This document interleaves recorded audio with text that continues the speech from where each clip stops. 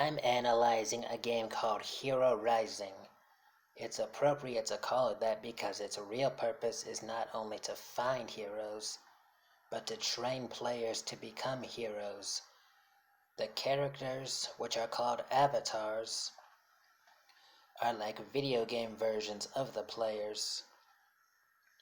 Everything in Hero Rising is based off something that exists outside the screen, including the villains. The more battles you win, the more points you gain. Not only do you move up level by level, not only does your rank increase, you become closer to being recruited by the game's creator, Mr. Hall, to fight the real bad guys. Here is one instance of what I'm talking about.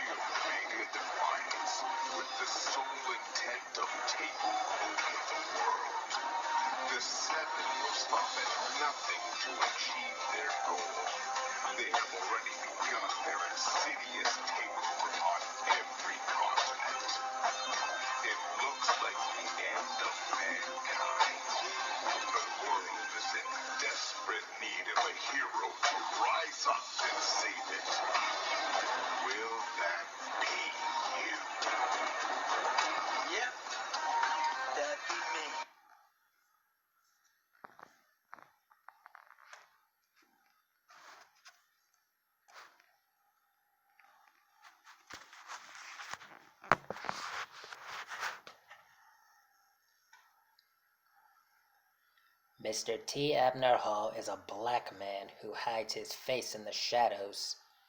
In racing games, they use a Fortunite dance clip to show Citra as a stereotype of an exotic, primitive, mystical, savage, sexualized woman of color.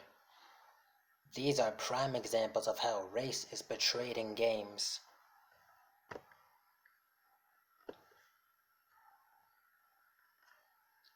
According to Common Sense Media, Hero Rising glamorizes and promotes video games. Hero Rising makes it seem like playing the game is what you need to do to stay alive. It's like you have to play and score high, or your life won't be complete. In real life, people who play any game for the sole purpose of winning may feel this way. In Psychology of Gaming, Crasher Course Games number 16, this is why people play games like basketball and football, because triumphing over others creates a real thrill experience. One positive message the game represents is the increased communication.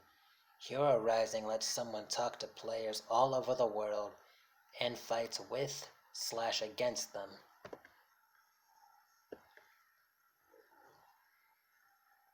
I'm analyzing this game through the play aspects. First, one must create an avatar and then use it to win battle after battle. Some of these battles are against the villains in the game. Other battles will be against other players. The more battles you win, the more points you win. The more points you win, the more your rank rises. Also, the more battles you win, the more levels you get past. You do all this by using a headset and a controller. Plus, the more you win, the closer you get to becoming a hero outside the game.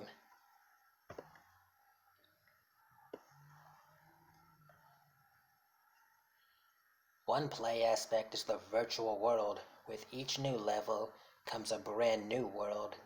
There's a city, cave, volcano, aurora zone, and others. And with new worlds comes new friends/enemies.